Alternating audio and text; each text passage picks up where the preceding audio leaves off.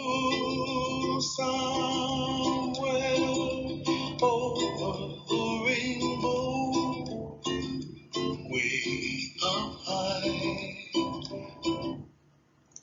Hi, welcome to Chapter 0, Introduction to Basic Nutrition. Food Allergies and Restrictions Part 1 by Professor Tammy. Learning Objectives. 1. Name the big 8 food allergies. 2. Explain the symptoms of food allergies, food intolerances, and food sensitivity. 3. Specify the differences between direct food contact and indirect food contact. 4. Understand the differences between food contact and food contamination. 5. List the different types of vegetarians there are. Food allergies. Food allergies is a worldwide challenge. That means it involves everyone in the world. About 21 countries and 23 allergens are known. There is about 15 million people with food allergies and 7.5% of the population with intolerances. Food allergies affect about 6 million children in the United States. So that's 1 in 13 children. That's 7.7% children. That's about 2 children per classroom, for full classroom too. About 1 in 50 children, that's about 2% in the United States, have peanut allergies. That is about 1 child in every 2 classrooms that have peanut allergies. So you can imagine that people are always concerned about that peanut allergy because so many children, so many people are allergic to peanuts. According to the CDC, between 4 through 6% of American children are affected by food allergies. You can read more about food allergies through this website. It has a very interesting study. So what the study tells you is about more than 1 in 10 U.S. adults have food allergy. So that's about 10% of U.S. adults. In 2016, there were about 199 million people in the United States. That would be about 19.9 million adults having food allergies. About 26 million people have food allergies. So think about it. There are over 328.2 million people in the United States today. More than 40,000 American adults who took part in the new study, in that study I pointed out, 19% reported experiencing symptoms of food allergy. The researchers were able to attribute about half of those participant symptoms to intolerances or other food-related conditions, meaning about 10.8% of U.S. adults struggle with food allergies. The most common allergens for adults were shellfish, peanuts, milk, tree nuts, and finfish. You know, fish with fins. Peanut allergies affect about 1.6 million U.S. children, while shellfish allergies affect about 1 million. So you can see how people are concerned about peanuts and shellfish allergies too. For adults, 45.3% were allergic to more than one food item. Some of these allergies started in childhood, while others developed after the person was 18. So what this means is you may not have an allergy when you were a child, and all of a sudden during your adult years, you will have these allergies. So it really varies from person to person. Rotten. So it doesn't mean the food is rotten. There's actually a Netflix show, if you have Netflix or you know someone with Netflix, there's a show called Rotten, and there is an episode on season 1 about peanuts and food allergies. If you have the chance to watch it, it's going to be very interesting. All the seasons once were very interesting to watch. Some of my past students watch all the seasons on their own. Who can name the big 8 food allergies? So just think about what allergies did we talk about before? What allergens did we talk about before? We spoke about peanuts. We spoke about shellfish. We kind of mentioned about fin fish, fishes with fins, seafoods, right? There's also wheat, soil, tree nuts, milk, or some people call it dairy, and eggs. So why are these such a big deal, these big 8 food allergies? Because 90% of all allergies are from these big 8 food allergies. Why should we take allergies seriously? Some people in the past were like, oh, I don't understand why some people have allergies. But allergies is very serious. You can have skin reactions, anaphylactic and respiratory reactions. That means you can't breathe. You have a really hard time breathing. Gastrointestinal symptoms, the area can hurt. It can be very painful, gassy. Immune system response to the proteins in the food. So, can't explain why a child avoids a food sometime. Maybe when they eat a certain food, they might feel a bellyache or a headache, and they don't really know how to tell you, especially if they're so small, but they're like, I don't want it, Food preferences are not allergies. Food preferences are something like what you prefer to eat. It could be, something very personal. It could be community, it could be family, it could be personal, it could be religious.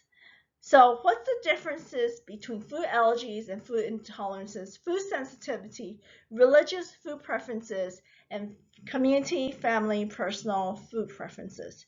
So let's go with food preferences as food allergies. Food allergies, you can take a lab test, a blood test, or a skin test, and it will show that you have this food allergy.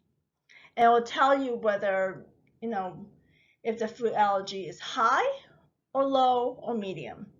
Food intolerances can also be shown in the lab. And it's not life-threatening like food allergies can be. It's just more painful and uncomfortable. Food sensitivity, unlike food allergies and food intolerances, you cannot detect it in the lab. You're like, why do I have a rash when I eat so much strawberries?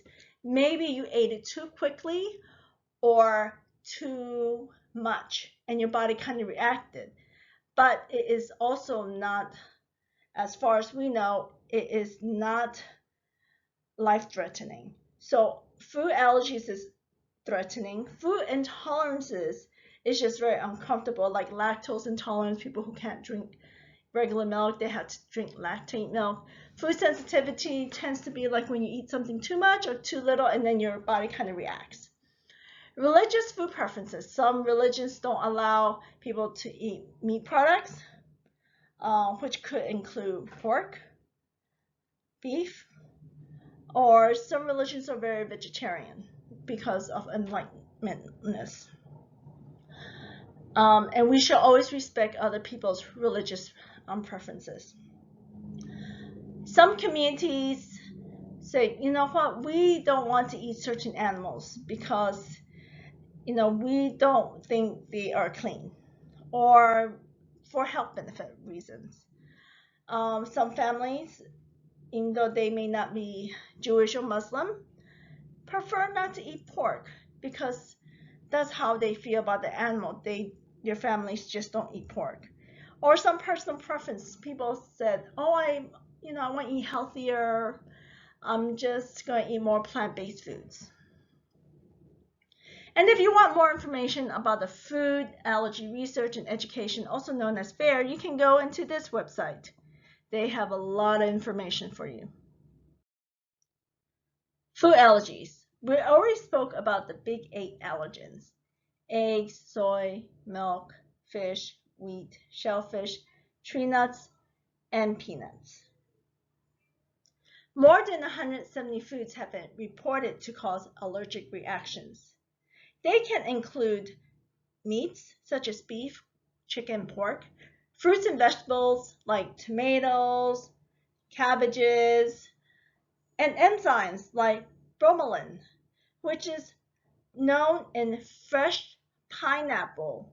But after pineapple is processed into the canned pineapple, the enzyme bromelain is no longer there. So that's why some people who are allergic to fresh pineapple can eat canned pineapples. And very few people are allergic to artificial ingredients and other foods, etc. 90% of all food allergies are from the 8 most common allergies. Sesame seeds and corn are also very common allergies, like we mentioned before. To prevent allergic reaction, should we avoid the food, especially if the kid is allergic to food? It's probably best to. You should also speak to an allergist. An allergist is a doctor, a medical doctor, who specializes in allergies. Some allergies have food challenges. So what are food challenges? Food challenges is, let's just say the child is allergic to peanuts. So over time, the doctor will look at the child and have the child come in with you, and you bring the food and say, okay, try this little amount of peanut, and the doctor's there to see if the child has any reaction to it. So the child comes back a couple of times until they are okay. Even though they're still allergic to it, their body can recognize, okay, not to go very reactor on it. So, but some people are,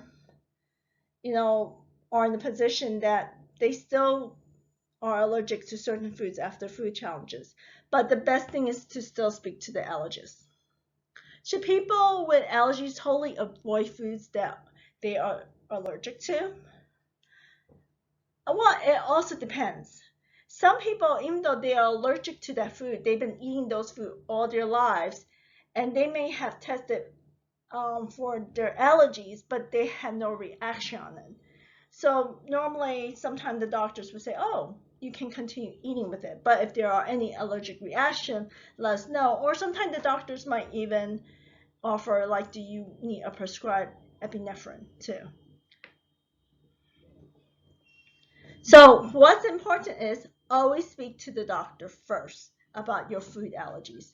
The more you know, the better it is, especially if you have one food allergy or your child has one food allergy. You want to get it tested, whether it is a skin test or a blood test. The blood test usually takes about 2 weeks to come back. And the skin test is pretty much immediate, but for a child to have so many pokes, so many needle marks on the arm might be dramatic, but some children can handle it, but you should really talk to a doctor about it. So here is a little map of what countries find important with the food allergies. You see the United States, we have the big 8. Canada also has what we have, the big 8, but they also added these other foods. European Union also have the big 8, but they add these other foods. South America has gluten. Hong Kong has a big 7. That means it's the same as our big 8, but wheat is not included, and they added these other information. Australia and New Zealand has the big 8 as well, but they also added these other foods. Japan only have these. So each country has their own allergy plan, probably based on the population, what allergies are most common. See you soon!